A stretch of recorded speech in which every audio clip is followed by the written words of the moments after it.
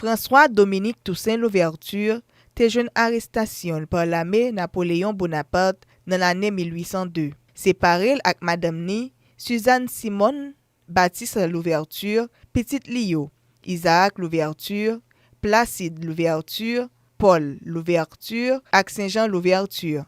Menen dans pays la France, côté yo incarcéré dans Fort de Joux à Pontalier.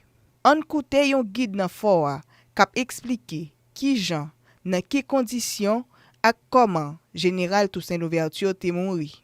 Toussaint, dans sa cellule, avait une table, une chaise, un lit, un petit buffet, une baignoire qui lui sortit au bout de 3 semaines. Alors là, on est vraiment à l'identique de ce qu'était Toussaint. Et on voit bien les mesures de sécurité, les 2 rangées de barreaux, le mur de briques, la petite lucarne qui était fermée une demi-heure avant la tombée de la nuit et levée une demi-heure après la levée du jour. Voilà.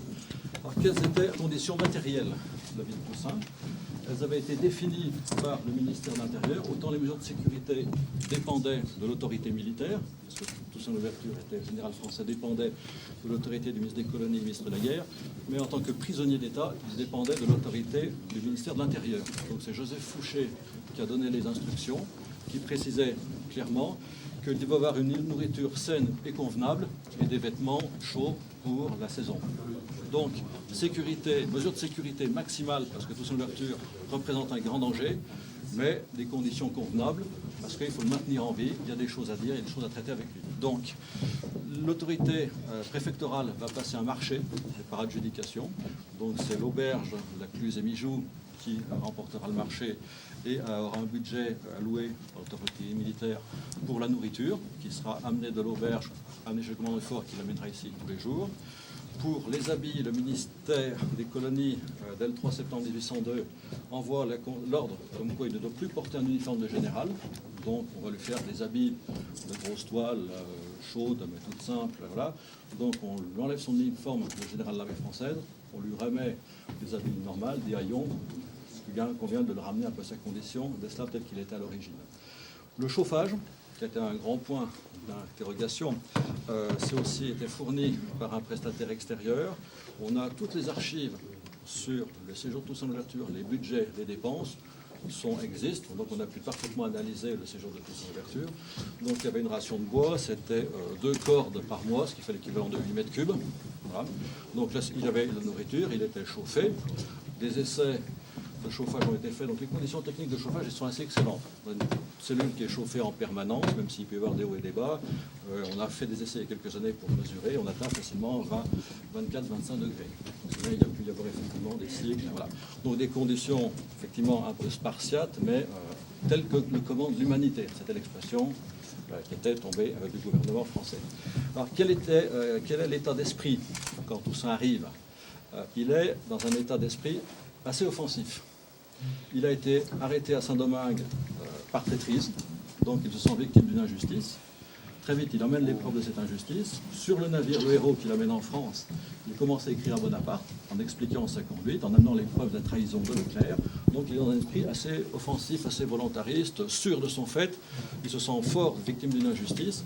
Et effectivement, lors des premières semaines au Fort de Joux, il écrira un mémoire qu'il remettra au général Caffarelli, envoyé de Bonaparte, qui sera ici. Et il va rester septembre, octobre encore assez optimiste, attendant des retours des premiers consuls, des missives qu'il a envoyés. Très vite, effectivement, à partir d'octobre, tout va basculer, à partir d'octobre 1802. Il n'a plus aucune réponse qui arrive, alors qu'il a déjà écrit depuis 2 ou 3 mois. Il relance, toujours aucune réponse. À partir de la fin octobre, l'autorité, le gouvernement, renforce les mesures de sécurité jusqu'à lui couper toute correspondance. Il y a un ordre très strict qui dit ne plus communiquer avec le gouvernement. À partir de là, il va rentrer dans une période d'isolation totale. Les mesures de sécurité et de fouille se sont renforcées. Seul le commandant du Fort de Joux a accès à Toussaint Louverture. Aucune visite. Son serviteur lui a été retiré au bout de 3 semaines. Effectivement, à partir de là, il va avoir une grave infection dentaire qui va affaiblir une situation déjà un peu affaiblie physiquement, et puis une crise de paludisme qui va aussi provoquer une accélération d'un physique qui commençait déjà à être un petit peu malade. Donc c'est vrai qu'à partir de novembre, il commence à rentrer dans un isolement total. Effectivement, pour lui, c'est un changement total. Il est tout seul, il n'a plus de nouvelles de sa famille, il n'a pas de nouvelles de Bonaparte, qui ne veut pas lui répondre et donc pouvoir se justifier devant l'histoire. Il y a un changement de régime alimentaire, puisque l'alimentation ici, c'est plutôt salé, des fromages, des salaisons, des biscuits et du vin. Et surtout, effectivement, il vit, à part la visite du commandant du fort le matin et des fouilles la nuit, dans un silence total et une obscurité totale. Si on peut... éteindre, Jean-Yves, éteins s'il te plaît. Au-dessus, là, à l'entrée, là. Voilà. Mais c'est... Bon, est-ce que vous pourriez, voilà, pour voir le... Si vous pouvez enlever la lumière. À part un peu la lueur du jour et un peu le feu de la cheminée, Voilà ce que vous direz. Voilà. dans un silence, une obscurité, tout seul avec ses pensées. Il était déjà malade à Saint-Domingue. C'est bon. La crise dentaire et le paludisme vont le déstabiliser encore plus. Et à partir, effectivement, de décembre 1802, janvier 2003, le moral s'est affaissé, il ne combat plus, donc la maladie a un boulevard. Et petit à petit, les comptes rendus du commandant du fort évoquent l'évolution des physiques de Toussaint. Il est paralysé d'un bras, il a des boursouflures et des vomissements. Et le 7 avril 1803, quand le commandant du fort rentre, et dans son compte rendu, il met en lui portant les vivres à 11h30, j'ai trouvé Toussaint l'ouverture, mort devant la cheminée. Je vous montre dans quelle situation. La mort de Toussaint l'ouverture le 7 avril au matin. Donc, Toussaint l'ouverture, qui avait son lit là, s'est levé, a allumé le feu, où il s'est réchauffé une petite panade. Donc, et quand le commandant du fort arrive, Toussaint est dans cette position, assis sur la chaise, le front appuyé, un bras raide et inerte. C'est comme ça qu'il est trouvé mort. Le feu était en train de s'éteindre, la panade était presque brûlée, donc ça veut dire qu'il est mort entre 10h30 et 11h le 7 avril 1803. Voilà. Il est mort assis, debout. La posture debout avait été toute sa vie, il est mort debout, c'est un peu un clin d'œil. Voilà, donc le commandant du fort le trouve mort, il ferme les portes, les scellés, et le lendemain il y a l'autopsie. L'autopsie du corps se fait ici, et donc le chirurgien de l'époque conclura qu'il est mort de pleuripneumonie. Une analyse effectivement qui sera confirmée par des médecins haïtiens il y a une trentaine d'années. On refait une expertise du rapport d'époque en analysant l'évolution, etc., confirmera bien qu'il est mort de pleuripneumonie.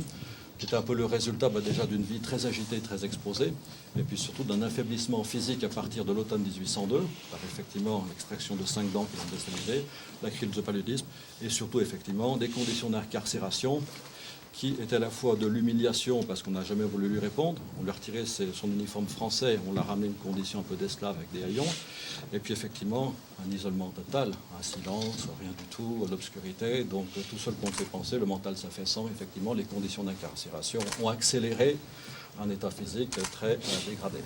Donc le corps sera effectivement, après l'autopsie, transféré en bas, il sera enterré sous l'ancienne chapelle du fort de Joux, qui a aujourd'hui disparu, où ont disparu les restes et où il serait localisé. En me renversant, on a abattu à Saint-Domingue que le tronc de l'arbre de la liberté des Noirs, il repoussera par les racines, parce qu'elles sont profondes et nombreuses. Ces dernières paroles, Toussaint Louverture t'a dit, dans le moment où tu as arrêté, dans l'année 1802.